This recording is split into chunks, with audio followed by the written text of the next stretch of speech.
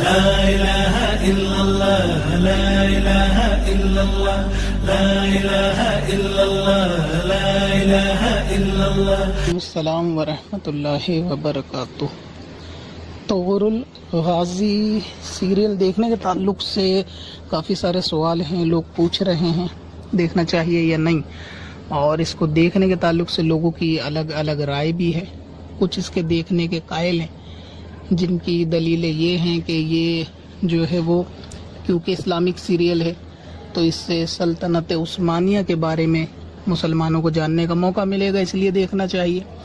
اور بعض حضرات کا یہ کہنا ہے کہ ہالی ووڈ بالی ووڈ میں زیادہ گندگی ہوتی ہے، لہٰذا اس کو دیکھنا اس سے بہتر ہے کیونکہ اس میں بہت سارے مناظر جو ہیں وہ ٹھیک ہی ہیں اکثر، تو اس لیے۔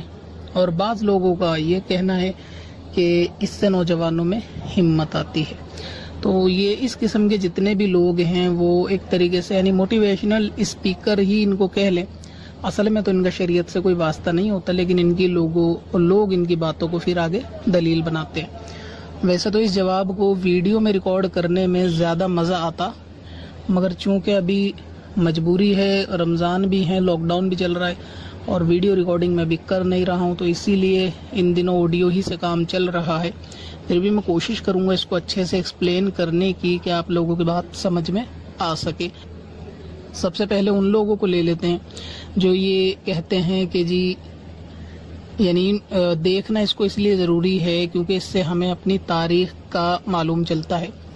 تو ان سے یعنی ایسے سوچ رکھنے والوں کے لیے جواب یہ ہے، اول تو یہ کہ اس کو دیکھنے کی ایسی خاص ضرورت کیا پیش آئی، یعنی یہ کتنا ضروری ہے اس کو جاننا کہ آپ سلطنت عثمانیہ کے بارے میں جانیں، یہ اسلام میں کتنا آپ کو ضروری ہے، فرض واجب ہے۔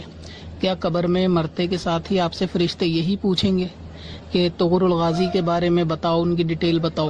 سب سے پہلی چیز تو یہ ہے غور کرنے والی کہ دیکھنے والی چیز میں ایسا کیا ضروری ہے۔ دوسری چیز، اگر آپ یہ کہیں گے کہ اگرچہ فرشتے نہیں پوچھیں ہیں، یہ ضروری نہیں ہے، لیکن مسلمانوں کو اپنی ہسٹری سے آگاہ ہونا چاہیے، تو میں یہ کہتا ہوں کیا ہسٹری سے آگاہ ہونے کے لیے مسلمانوں کو فلمیں ڈرامے پر ہی اتفاق کرنا پڑے گا؟ کیا یہی ایک ذریعہ ہے مسلمانوں کے پاس کہ صرف فلمیں اور ڈرامے جو ہیں وہ دیکھ کر اپنی اتہاس اپنا جانا جائے؟ کیا ان کے پاس دوسرے ذرائع نہیں ہیں؟ کیا علماء کی تعلیم، ان کے بیانات، کتاب وغیرہ کا معاملہ نہیں ہے؟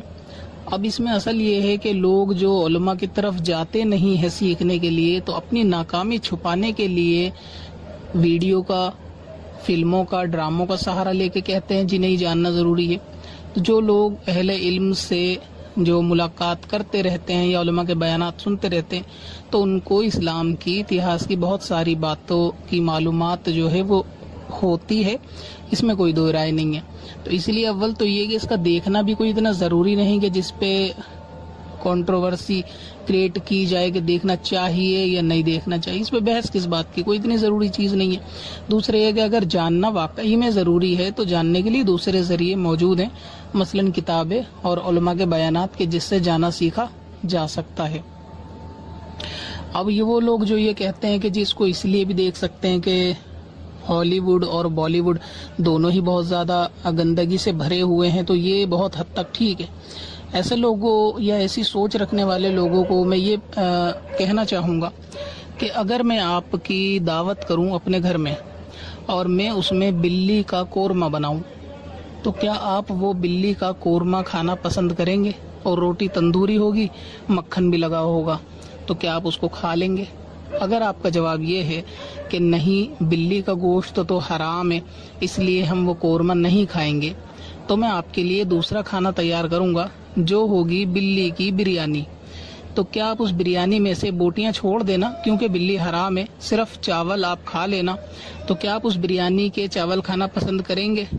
اپنا جواب آپ کمنٹ میں ضرور دیں۔ اگر آپ کا جواب ہے کہ نہیں کیونکہ بلی حرام ہے، اس سے جو ڈش بنائی جائے گی تو وہ نہیں کھائی جائے گی، تو پھر بات وہی ہے کہ ہالی ووڈ بالی ووڈ ہو یا عام سیریل ہو، جو چیز شریعت میں یا اسلام میں حرام ہے تو وہ حرام ہے۔ آپ چاہیں اس کو پورا ننگا پن دیکھ لیں ہالی ووڈ میں، یا پھر مختصر بے پردگی دیکھ لیں. حرام حرام ہی ہوتا ہے. جس طرح قورمہ اور بریانی دونوں چیزیں آپ نہیں کھا سکتے اور اس میں آپ یہی کہو گے کہ نہیں اس میں سے چاول بھی نہیں لے سکتے.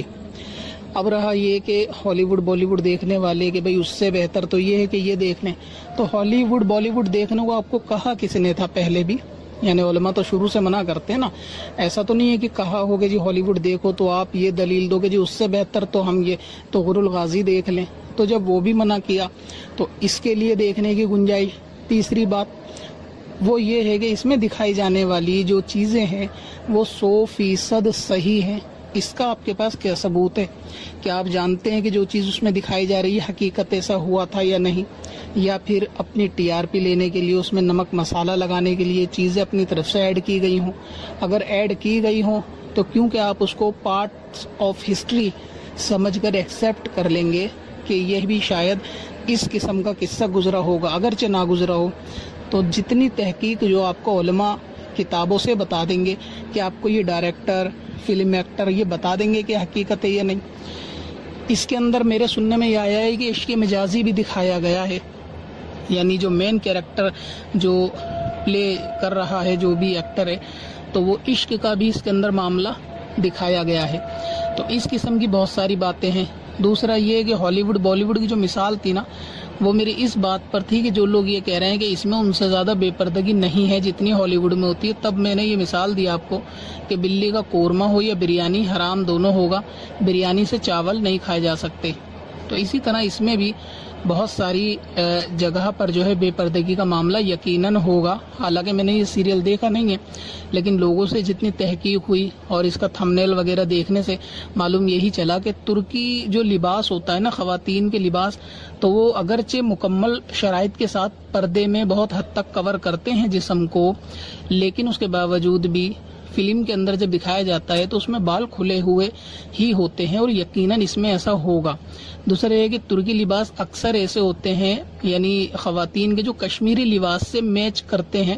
یعنی بڑے جبے ہوتے ہیں جس کا آگے سے گلا کھلا ہوا ہوتا ہے. تو کیا اس سیریل کے اندر عورتیں جو لباس پہنے ہوئی ہیں ان کے بال اور گلا نہیں دکھ رہا؟ اگر دکھ رہا ہے تو شہوت کے ساتھ کسی عورت کو یعنی گلا یا بال دیکھنا بے ضرورت جبکہ کوئی شرعی ضرورت بھی نہیں ہے دیکھنے کی تو یہ حرام ہوگا یا حلال؟ اب یہ بالکل ویسا ہی ہے کہ آپ بالکل حرام میں سے چاول نہیں کھا سکتے لیکن پورے سیریل میں سے اس کو درکنار کرتے ہو کہ جی پورا ہالی ووڈ گندا ہے اس میں تو چلو تھوڑی سی بات ہے. تو وہی تھوڑی سی بات تو بریانی میں بھی تھی. بوٹیاں ہٹا دو چاول کھا لو. نہیں کھا سکتے. تو ٹھیک ویسی ہی بات ہے کہ جو شریعت کا حرام ہوتا ہے وہ حرام ہی ہوتا ہے مکمل ہو یا تھوڑا سا. یہ تو بالکل ویسا ہی ہے اس کی اجازت دینا دیکھنے کے لیے کہ جیسے کسی کو یہ کہنا کہ زہر کھا کر ندی میں کود جاؤ. اب وہ بندہ زہر کھا کے کودے یا ویسے ہی ندی میں کودے بہرحال اس کو مرنا تو ہے ہی. اگر زہر کھا کے کودے گا تو یہ فائدہ ہو جائے گا کہ اگر تیر کر ندی میں سے بچ گیا تو زہر سے مر جائے گا. تو آپ اس کو دیکھو یا ہالی ووڈ دیکھو بالی ووڈ دیکھو کل ملا کے ناجائز تو رہے گا. تو اس میں جو رعایتی صورتیں نکالنے والے ہیں اکثر لاک ڈاؤن کی وجہ سے وہ فری لوگ بیٹھے ہیں تو اس لیے ان کو اچانک سے اسلام کا اتہاس یاد آ گیا جو آج سے پہلے کبھی نہیں آیا تھا سیریل بنتے ہی. اس کی پرمیشن دینے والے عقل مندوں میں بہت سے لوگ شامل ہیں جو یعنی اہل علم بھی ہیں بظاہر دنیاوی اہل علم ان کو کہہ لے اور اہل منصب بھی ہیں. ان کا کہنا یہ بھی ہے نظریہ یہ بھی ہے کہ ایسی چیزیں بننی چاہیے تاکہ نوجوانوں کو معلوم چلے. تو میں یہ کہنا چاہتا ہوں اگر کل کو معاذ اللہ میدان کربلا پر فلم آئی اور اس میں امام حسین کا کیریکٹر دکھایا گیا تو پھر آپ کا اس معاملے میں کیا رویہ ہوگا؟